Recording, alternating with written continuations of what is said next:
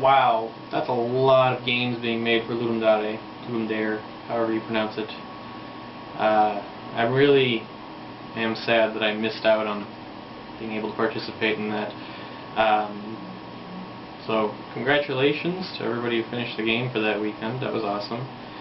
And I don't know, I'm feeling pretty good too, because this weekend I went to Chicago. My niece was getting baptized, and that's why I wasn't going to be in town for the jam. I thought maybe I'll bring my laptop, but then I found out about this open house indie expo thing that was being held. It turns out in my old computer science college building, and yeah, it's being hosted by this group that formed sometime, I guess, in the last couple of years, because I don't remember hearing about them, but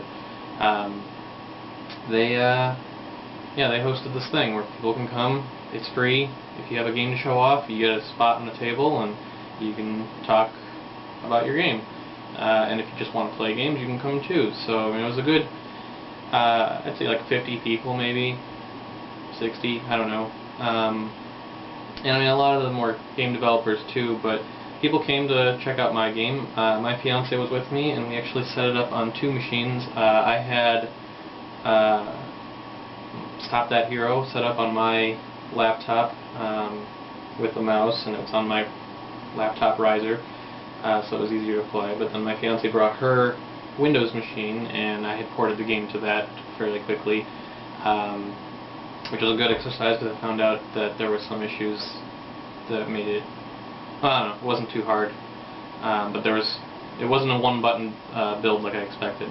But in any case, I had 2 machines, and I thought, well, this is kind of silly. It's not like my game's going to have like massive lines, and you know, I need 2 machines. But actually, we had people playing on both machines, and considering that the game, I would say, is not like, I'm not going to be able to sell the game at the quality that it's at. People still enjoyed playing it. I had people actually come back to play it because for a while no one could beat the 1 level that's in the game.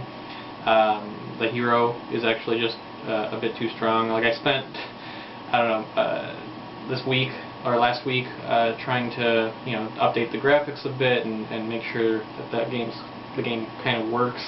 And then I spent a bit of time balancing it just to make sure that people couldn't just spam a certain type of enemy minion and win. And it turns out I did such a good job that people couldn't win. But we did end up having a few people win a few times, so that was great. You know, at least because I had so many people ask me, well, can you beat it? And it's like, well, yes. But yeah, I had people give me some great feedback, and this was a lot of I don't know, it gave me some great confidence in this game, because you know, for a while I've been worried that I didn't have something that people would be interested in. You know, especially when there's so many other games out there that people could play. But the feedback I got, even with the unfinished,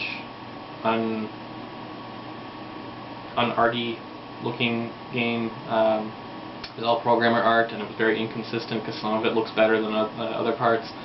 But I got some great feedback. I took some notes on that. I even had some people give me their email addresses and sign up for the mailing list, so they can find out about the game later. So I'm feeling pretty good about this game now, and I've been telling people that I'm hoping to have like a pre-alpha version of it ready for sale by the end of the month. And my fiance was quick to point out that the end of the month is days away. So that's why I'm not making videos. I've been busy. And hi, cat.